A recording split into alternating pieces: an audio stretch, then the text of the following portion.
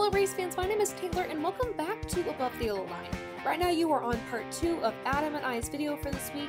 This time we're going to dive into the upcoming race at Nashville Superspeedway. In part 1 we talked about our takes on the SRX debut and the All-Star races from the perspective of a newer fan and a longtime fan, which was super fun to dive into. So if you haven't checked that out yet, make sure you do, but not before you tune into our discussion for this episode, the Ally 400. So without further ado, let's get to it.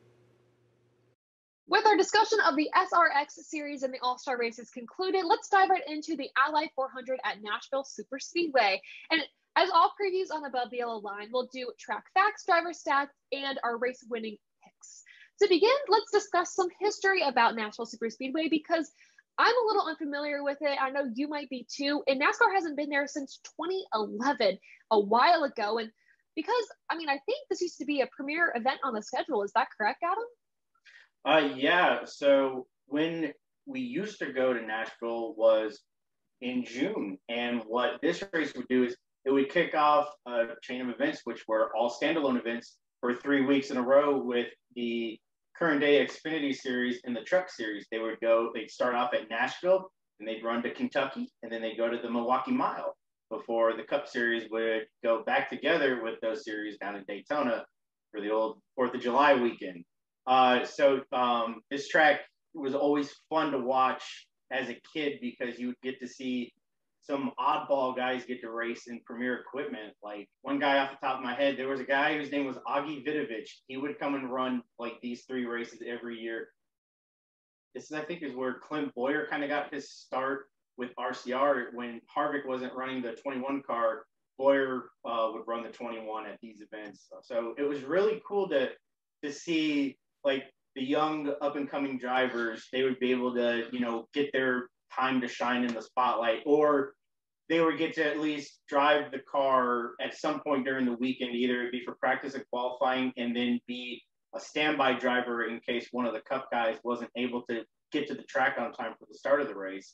That happened one time with Eric Almirola and Denny Hamlin. However, it wasn't at Nashville, so I won't go too much into that. Maybe another day we can save that for. But yeah, like I said, it's really cool to be going back and to be going back at its traditional date, which was the beginning or mid-June. And I do want to clarify, the Cup Series has never run at Nashville Superspeedway. It was just the Xfinity Series that we know today and the Truck Series we know today, correct? Yes. Cup has never run at the current Nashville Superspeedway. So this is new for all of us. And because it's new, let's start by breaking down the main event with some track facts. The track length is 1.33 miles long. The race length is 400 miles or 300 laps. Stage 1 is 90 laps. Stage 2 is 95 laps. And the final stage is 115 laps. As mentioned the last race here was in 2011, where Carl Edwards won both races at the track that year in the Xfinity Series, and Kyle Busch and Austin Dillon won the races each in 2011 in the Truck Series. The Cup Series, like we said and clarified, has yet to race at Nashville Superspeedway, so lots of unknowns and a lot of excitement going into this weekend. I'm excited. It's going to be star-studded. We know Luke Combs is going. I'm excited about it. I will say, though, I'm lucky to have Adam on the show here because he knows some of the racing and what went on. I wasn't old enough and I wasn't into NASCAR yet to see. I'm not calling you old, Adam. You're definitely not old. But I don't remember the races being there. And so I want to ask you, Adam, just so for the fans that are watching this, what kind of racing could we expect to see this weekend at Nashville? In all honesty, the racing was good. I wouldn't be expecting, we're going to be going 4 wide into the corner every single lap. As a matter of fact, I don't think we will see that at all. The track itself is concrete. So I think we're going to see a type of like Dover race where maybe the tires start to marble up and go up towards the upper end of the track. I definitely can see it being more than one groove, but I wouldn't go too crazy and go into like a third groove. So I would expect the racing to be good because we will be using the not 550 horsepower package. I'm not exactly sure what it is. It's the fun one that us fans love. So that's a benefit for this year at this track. And I think it's going to be great. Some of the drivers have done some testing there already. they like the way that track is already coming in. They went ahead and I guess they had a giant, what they call the cleaning of the track. They pressure washed the heck out of it. It went back to almost looking like brand new concrete. Yeah, I believe it was either during the winter months or this spring. They cleaned it and they prepped it. They didn't put down traction grip, but they put in, I think Goodyear ran the Tire Dragon over quite a bit of the track just to kind of give it it wouldn't give too much give up with the tires as soon as they hit the track. But yeah, I'm excited. I'll be definitely watching practice and qualifying for the race this weekend, which that's fun to have and say again. I love having practice and qualifying. Exactly. I was going to ask you if you're a fan of practice and qualifying, but I mean, by that, I can probably assume yes. Yes, I do. I know there's a lot of drivers that are fans of it as well.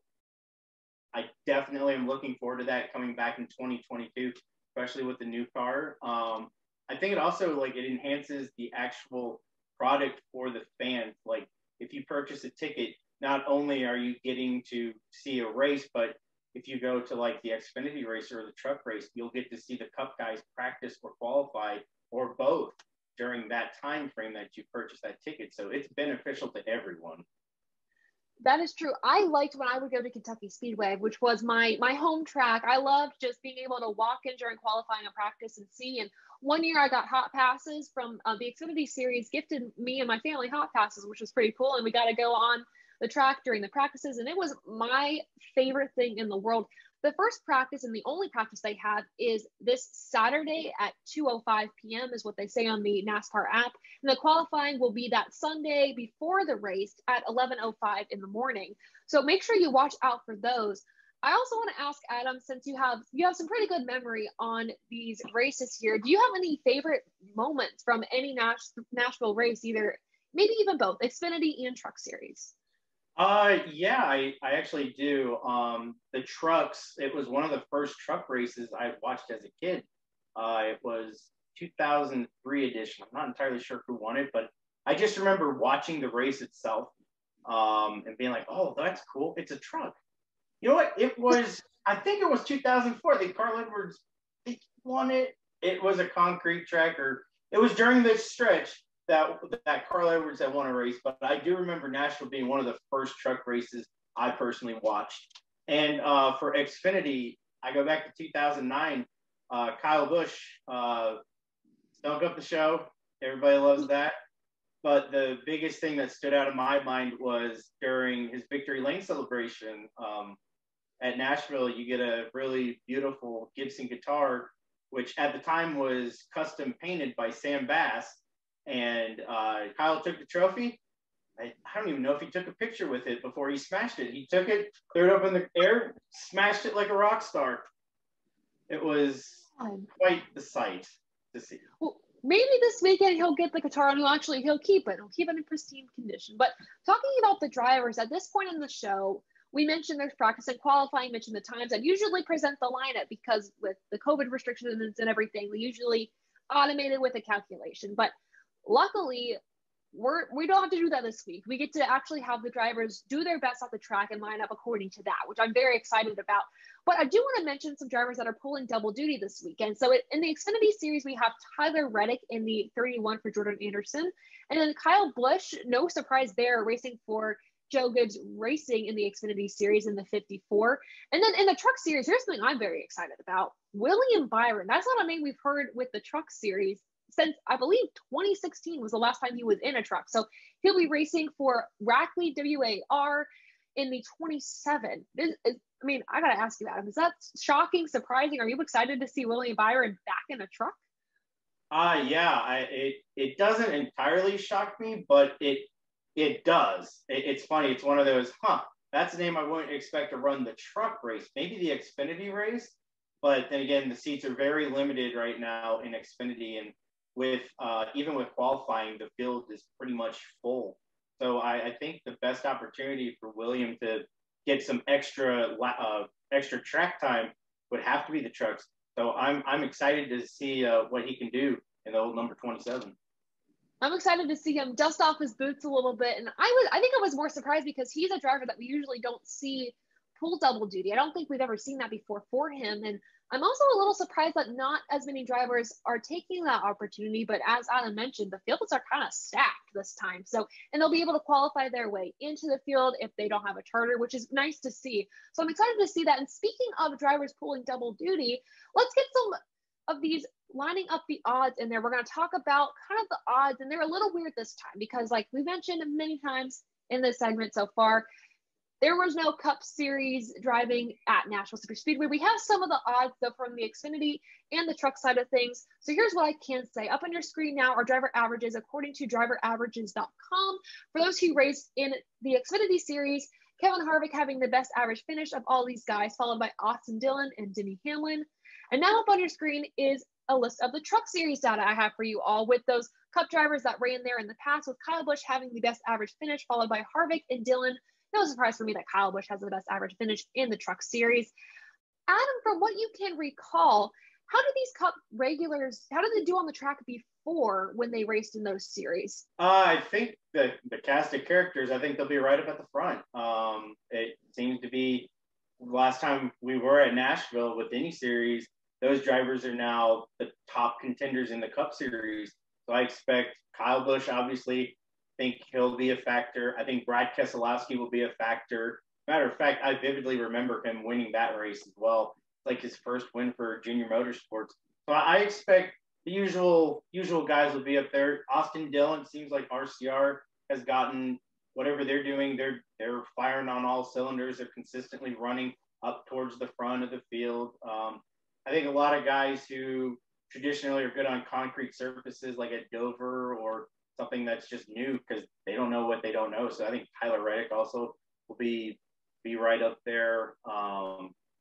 Can't rule out any of the Hendrick guys. Kyle Larson wins at anything then. So you got to put him up there too. So I think we'll see a lot of good competition this weekend. Now, the winner of this race, we've mentioned, gets a very unique trophy. They get a Gibson guitar. Do you want to elaborate on this a little bit more? Do you know some of the background around it? I don't know the entire history of it, but I do know that, and I'm not entirely sure who's doing the design now, but it was really near and dear to my heart. Sam Bass, fantastic human being, off the track, away from the track, away from the sketch pad. Basically, the guy was just so nice, so genuine. You could have a conversation with him about anything in life, and he's truly missed in the racing community. His designs, they'll live on forever. Every time I would go to the speedway at Charlotte Motor Speedway, I always made it a mission to get one of the books that you get, the pre-race books that had his beautiful designs on there. And I still have all of them from, I think my very first one was from 2001, and I have one all the way up until he passed. So that was something that was really special and meaningful about that trophy, was how much he put into it. And I hope whoever is doing the design knows the legacy that he left. It's a lasting one. So it's really memorable. Absolutely. I hope the designs are just as good, if they can be. And the question now we have is who gets that beautiful Gibson guitar? Adam, who you got for this weekend? And on this show, just let you know, I have a main pick, and because I'm not super confident in my main picks all the times, I have what I call a garage pick. And what that is someone who, there's multiple reasons for this. It's someone who could have a shot at winning, but you don't think could quite get there. Someone who's a dark horse pick maybe, or someone who, like I said, if you're not confident about your main pick, you got to back up. So if I could ask you to give me a main pick and a garage pick, who you got for this weekend? Kind of building off of what I had mentioned, the guys who have raced here before, they'll probably have a slight advantage over the rest of the field. But you know what? I'm not going to give you a bunch of stuff. I'm going to go with Kyle Larson. He's hot, red hot. He's on the winning streak. The mojo's flowing for the number 5 team. If I picked anyone else besides Kyle Larson, I'd be a fool. So I'm going with Kyle Larson. And then do you have a backup pick? I do. I hope I don't have to use him or don't need his services, but I really think Kyle Busch is a smart choice. Plus, if he can redeem himself from smashing that guitar, Yeah. that would put a lot of peace in my heart. So now that I know that history with the guitar, it solidifies my pick for myself. So we know these Hendrick guys are strong, yet none of them have raced on this concrete track yet. None of them have. They could be quick learners, and though practice and qualifying, one of them, Larson, could tame this track. Maybe even Byron, since he's racing in the Xfinity Series this weekend. But yeah, I gotta go with Kyle Busch here. I mean, he has great history at this track, both truck and Xfinity. He's won in both of those series on the track, and he's racing Xfinity this weekend, so that already gives him a leg up. He has practice. He's a smart driver, and he's actually been the only driver really so far this season in the past few weeks with Hendrick's dominance to get in the middle of their pack. So for me, Kyle Busch is my main pick, and then my garage pick, it's the weekend of brothers. I'm gonna go with Kurt Busch actually for the garage pick. And the reason for that is he's practiced on this track before. We talked about how there was maybe some tire testing before a month ago at the track at Nashville Superspeedway. It was Kurt Busch, Christopher Bell, and Chase Briscoe in their respective owners' cars and then their respective manufacturers. So I think if anything, Kurt Busch is a smart driver. He's mature. He is an all-star in his own right, and he's a championship driver, shall I say. And I think he's going to figure it out really fast, take what he learned from that tire test and put it all on the track. And if he doesn't win, at least I think he will do well because those Chip Ganassi cars are slowly getting better and better each week. But those are our race picks. Let us know in the comments below who you've got for this race. And I want to thank you all so much for listening to another episode of Above the Yellow Line, the show where we talk about all of the NASCAR Cup Series. Make sure to tune into the Ally 400 this weekend on NBCSN. That's right, NBC is back in action for the second half of the season. This race starts at 3:30 on Sunday, and I could not be more excited, and I think this event will be truly special. Adam, thank you so much for adding your insight to the show. You've been such a fun guest to have. I want to ask you, though, because I know you have a few things to plug here. What are you into right now? What do you want to plug before we end the show? So this season, I took it upon myself to be my very good friend Liam Brotherton's unofficially official hype man. And currently, he's running the Road to Pro iRacing series, shortened to RTP. You can catch it every couple Thursdays. You can watch the stream on Twitch.com/podiumesports.com. Believe he's going to have a pretty good run this week. He races Thursday night. He'll be in the old Club Jerky number 10 Tundra. There she is, right there. Behind you there. Don't forget to use promo code LiamV for 10% off your order. It's good jerky. It's very select, really good stuff. Yeah, I know. Yes, chef's kiss. Very good. But yeah, we're supporting Liam. We'll be covering his race Thursday night. They're running virtual Dover this week. It is the final race before the cutoff to advance to the next round of RTP, which goes from racing the trucks to racing Xfinity cars. And I think Liam is in he's in the safe zone. So we just got to finish, get to the checkered flag. We should be okay, be set and ready for the next round, which will be great for him. I am super excited to watch on Thursday. I'll have the link in the description below so you can support Liam as well. I watched last time they had a race and it was so much fun. So make sure you check that out. Also, gotta mention, Adam isn't done with the show yet. He's going to be back next week on the show to recap all the action at Nashville, and it's going to also be a pre-race show of the Pocono doubleheader. That's one you do not want to miss. Also, you don't want to miss the great content over on my Twitter page where I have discussions with all of you through Twitter Spaces and we talk about all the latest in the NASCAR world.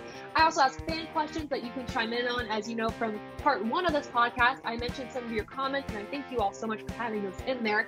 Also, for more great content, check out the Podium Finish for any motorsports coverage you could ever want. It is such a great team. It's such great content with driver interviews from all series. So make sure you check that out. Make sure you like this video and subscribe. Tell your friends and family. And while you do all that, thank you all so much for supporting the channel. And until next time, we'll see ya.